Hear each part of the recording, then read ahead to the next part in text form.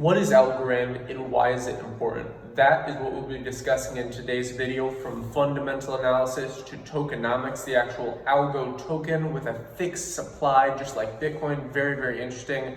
Also, how it competes with Ethereum, but is not quite trying to do the exact same thing as Ethereum, because it is technically, the first use case is a payment solution. So very, very interesting things we're going to cover in this video. Let's dive right in. Algorand says they're building the borderless economy.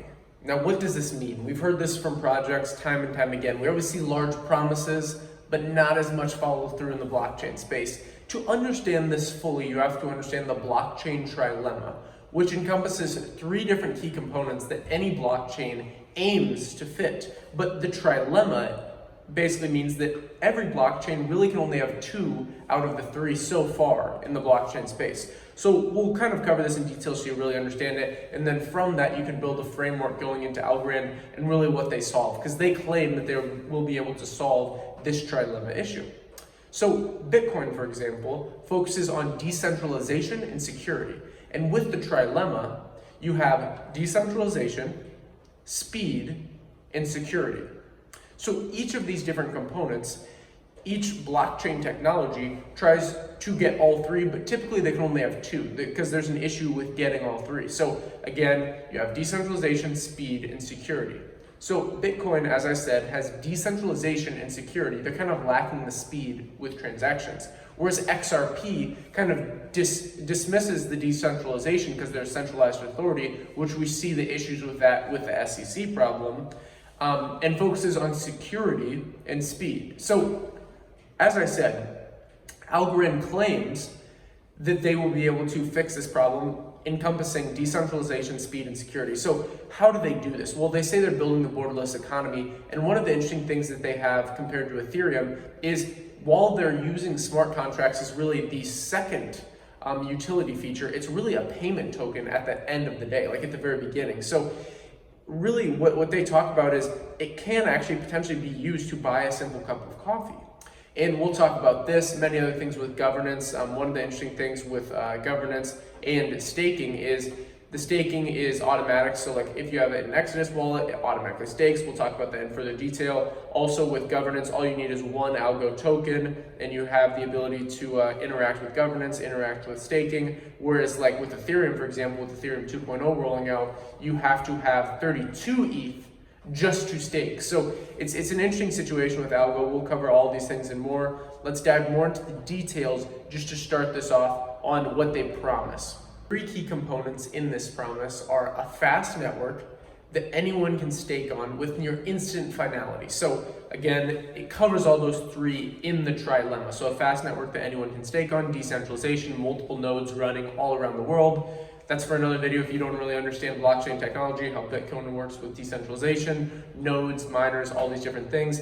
That's for a whole nother video. But if you kind of understand the basics of blockchain tech, you understand, okay, so they have the decentralization, at least they're promising with it. Then you have near instant finality, and you also have the ability for very, very fast payments. So as I said, this is a payment token like Monero and Zcash. You know, you have BCH, Bitcoin Cash. That's really the first use case. But the reason Algorand is very, very interesting is because their founders are very, very incredible. You know, you can just go on their white paper, go on their GitHub, and really look deep into their founders.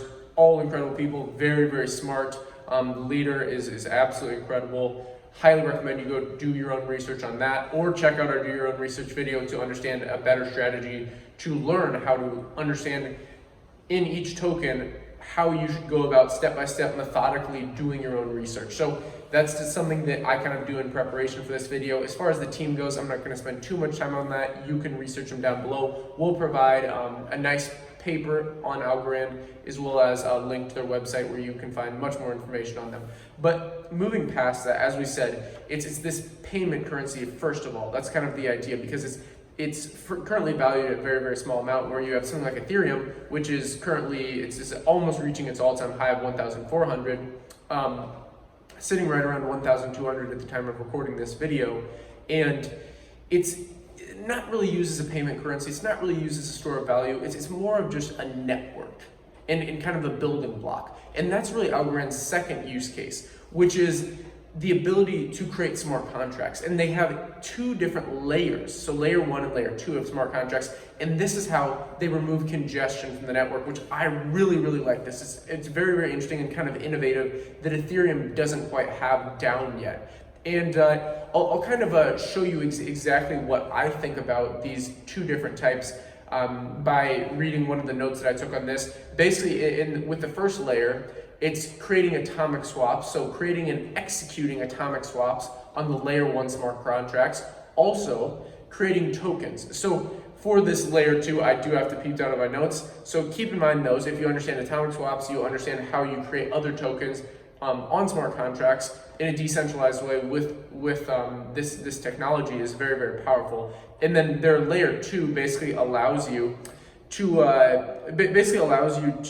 have complex computations executed off-chain. So that's the one thing that when I think about Algorand, I understand the majority of it, but the layer 2 solution is so interesting because I don't fully understand necessarily what they mean by complex computations. That's such a broad term. I understand what their layer 2 means and how this removes congestion, but I personally, so let me know in the comments below if you understand this a bit more. I have to do a bit more research on how they classify complex computations.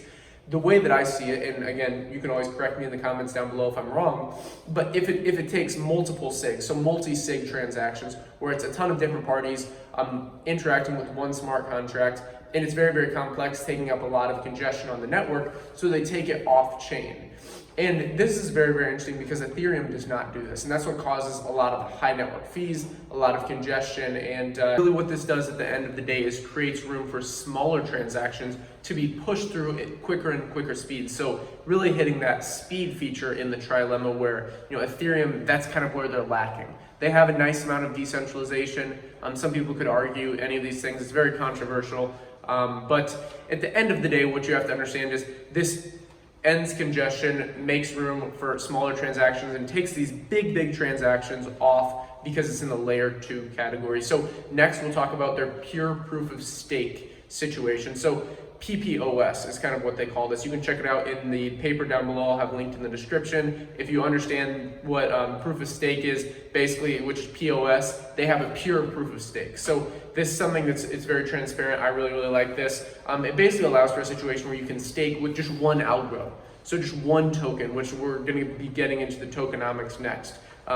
Anyways, so with Ethereum, as we talked about in the beginning of the video, you need 32 ETH with Ethereum 2.0 just to stake if you're going to do it with main Ethereum. You can use other solutions like Rocket Pool, like Anchor, which I'm a big fan of, talked about them in the past, and very bullish on both those tokens, by the way, Rocket Pool and Anchor, because I see huge use cases for that, especially down the road in the next bull run, especially with DeFi, keep continuing to climb up. But back to earth here for a second. The point here with PPOS is to create a situation where anyone with the smallest amount of algo can participate in stake. And this, with staking, it also involves governance. So even with one algo token, you have the ability to have governance. And right now, algo token, I think I don't know the exact price. I have a nice bag of it, but I don't watch it on a daily basis. It was around, like, let's just say it's under $1, okay? So it's under $1, and what this allows you to do is, with a very, very small amount of capital, be able to participate with a network, test things out a little bit, and then go, okay, maybe I want to add more to this bag, add more and dollar cost average into it. Whereas with Ethereum currently, you want to stake right now at Ethereum's price, you have to have $32,000 plus just to buy enough Ethereum token just to stake. And it's a very interesting situation because with Algorand staking protocol, they basically have it built in that if you use a wallet like Exodus, I mentioned this at the beginning of the video, Exodus, highly recommend this wallet for mobile. You can also sync it with other like hardware wallets. It allows you to exchange very, very nicely, incredible user interface. Absolutely love this wallet. I use it for some of my altcoins and doing quick transactions. Really, really easy features. So with this, it allows you at the top right corner of the application, if you click on your Algorand wallet, there's a little button that automatically collects your staking, because with other coins like XTZ, with Cardano, like Tezos is XTZ, Cardano ADA, you have to click the top right, you have to stake, and then it's locked in there. And then after a certain amount of time, usually like 30, 32 days, you can reclaim what you staked. So get that nice little percentage of what you staked. With Algorand, it's automatic in wallets like Exodus, which is so nice. I mean, I really love that feature. Again, you just click, once you're in your actual Exodus wallet where you can see all your individual coins, you click on Algorand, ALGO, by the way, is the ticker. Click that top right corner and it'll claim your Algorand tokens that have automatically been staked, which is really nice. It's around like a 5.14% APY, if I remember correctly. But again, the thing to remember here with these APYs is you're earning the token. So you're not earning like with US dollar, if it's 5.14% APY, that's incredible for a bank. Most banks have less than a 1% APY. But with that, you're earning fiat currency. So something that is just going to go down in value. I guarantee you the US dollar is not going to 10x or 5x. So it's an interesting situation because you're earning 5.14% or whatever the APY is. It's around that amount in something that has the potential to 10x or if not 100x. You know, Algo has huge potential. I'm not going to say it's going to 100x. It could negative 100x. So it could dump. But the key here is to see it for the technology, see it for the long-term time horizon, because the people watching this video in 2021, early in January 2021, are going to understand, okay, now I understand this Algorand technology, now I'm going to have a long time horizon on it. But the people watching this video in 2030, now just seeing this, what is Algorand and why is it important, they're going to go, oh man, I missed the wave here. But let me tell you, even in 2030, if assuming all goes well with Algorand and the technology keeps going, they have this trilema issue fixed, and they really follow through on the roadmap, their white paper, all these different things. The team is still consistent. In 2030, this is going to be huge. And if you're watching this in 2030 and you're seeing this Algorand technology when we're talking about it in 2021, it may seem early, but the people watching this today in 2021 think it's early as well, or might think it's too late. So anyways, it's kind of a little bit of a mind F, but you get the point. So let's move on to tokenomics. After we covered those kind of incredible features that Algorand has, the important thing to realize is this Algorand token, because again, you can interact with any of these features with just one Algorand, but the key here is to understand that it's a fixed supply, which is so key in any altcoin, in my opinion, that they can't just keep printing this like fiat currency that has a fixed supply like Bitcoin has. Then you have a little game theory mixed in, you have a nice kind of paradigm on, okay, I own this much, I own this percentage of the total supply. Where like if you're investing in a stock, they could issue more stock the next day, or fiat currency, they could print more fiat currency the next day and not even tell you about it. But with Algorand, it's all transparent, it's all decentralized, which is very nice. So there will only ever be 10 billion Algorand. Now, it sounds like a big number, but since it's such low price point, it makes sense and it's very interesting. So in conclusion, Algorand attempts to breach this blockchain trifecta and really enter the blockchain space and the crypto space as a whole into a new level. And that's really encompassing all of those three main things. I'm going to repeat them again because what's worth repeating is what's worth knowing. So blockchain trilemma, decentralization, security, and speed, all very important. And speed also kind of it ties in with scalability. And the issue that Ethereum has right now is the congestion. So it has nice, it definitely has nice security, I would say. Definitely has nice decentralization. But as far as the speed goes in Ethereum, man, you're paying very high network fees. There's a lot of congestion. It takes a long time to send transactions. And then you look at other things like Dash or like Cardano or Algorand, and the speed is incredible because they have that second layer smart contract where anything that takes very high computation is moved off chain, which is nice. So you make room for these smaller transactions. You understand the basics of the tokenomics, 10 billion market cap. That's just the basic thing. But again, I'm gonna have everything you need to know linked in the description down below. As always in the description, there's tons of bonuses you can find. There's free altcoins. There's actually free Algorand in the description with Coinbase. And then you also have Prime XBT, $200 sign up bonus. You have Femex. $80 sign up bonus. Go check out our video on how to make $200 a day trading crypto in a volatile market. Femex is a great place to do that. So is BuyBets. So is a Prime XBT. So check out all those.